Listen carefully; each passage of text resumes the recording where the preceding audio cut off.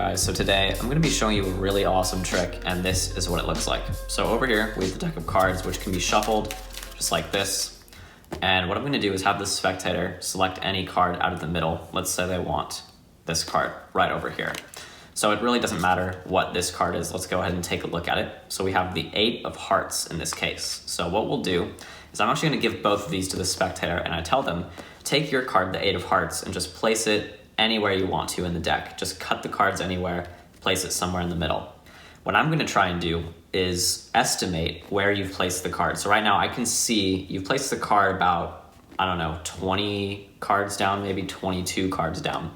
And I'll prove to you that I can do this because I've actually been practicing this skill called dead cutting, which means I can cut the cards anywhere and I can essentially just cut right to your selection. Obviously, this is not your card because as you can see, I cut a lot more than half the deck, maybe around 30 cards or so.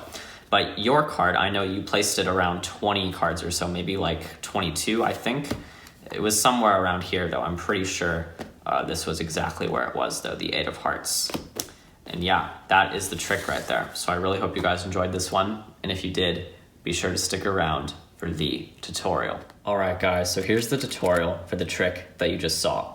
So yeah, this trick is a really fun, easy, quick fire trick that the spectators will totally love, and it makes you look really, really skilled with a deck of cards. So yeah, without further ado, let's get right into how it's done. So this trick, completely impromptu. You can shuffle the cards as much as you like. The spectator can shuffle them as well. All you want to do is have the spectator select any card, but they're not going to be able to pull it out of the deck because what you're going to do is a double lift. So you take this card and you get a break on the top card, and then you're going to turn both cards over as one card. And this is the double lift right over here. The only reason why you want to do this is because when you flip the card back over and give the card to the spectator to place back in the middle, now this is going to be a random card that they place in the middle, and their selection will be controlled to the top of the deck. That is one option that you can do, but there also is another option for more advanced magicians as well. And that option would be the top change. So you have the spectator select any card, and you don't have to do a double lift here. You can really show this card freely. So we have the 10 of diamonds here. And now what you're going to be doing is gesturing to the spectator, hey, can you actually help me out for a second? I actually want you to take the deck over here, and yeah, we'll do it face down instead. And go ahead and just cut the cards anywhere. Then you can take your card and place it in the middle. And now you've switched that card for a random card, and the selection is now on the top of the deck right over here. So that, of course, is a little bit more of an advanced move, but it's something to consider if you're more advanced and you want to use other sleights other than the double lift.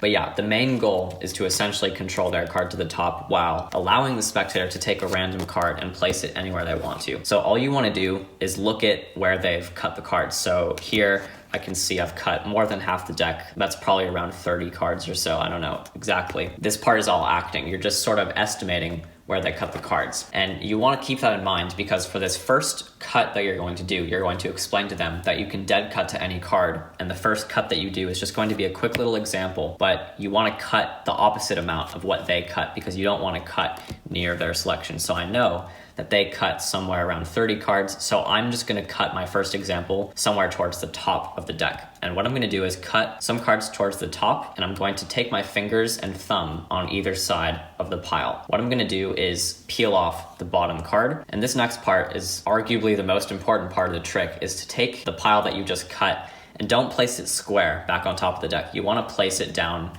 diagonally like this so that it clearly marks the spot where you cut. This is just a very important image that you want the spectator to hold on to in their head. So this card is obviously going to be a wrong card because you just cut to a random spot. And you're going to tell them that you know that you did this on purpose because you just wanted to show them a little example. But now you tell them that I know your card is somewhere around 30 cards or so. So you cut around 30 cards, doesn't have to be exact, but you cut approximately the same amount that they did. And what you're going to do now is essentially the same move that you did before, but instead of taking the bottom card with your fingers, you're actually going to be taking the top card with your thumb, but you're just going to be doing this very quickly and sort of on the offbeat. So say, I know that your card's around 30 cards, maybe 31 cards down or so.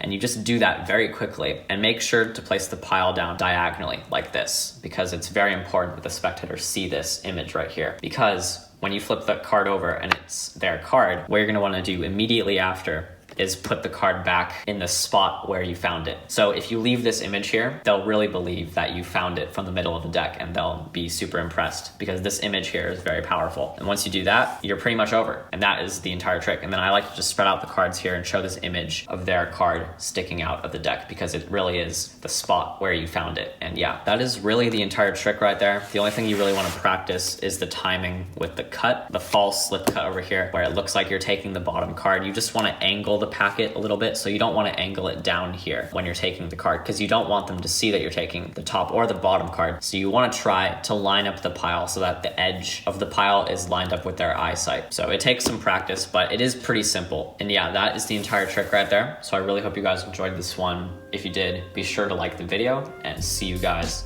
next time. Bye.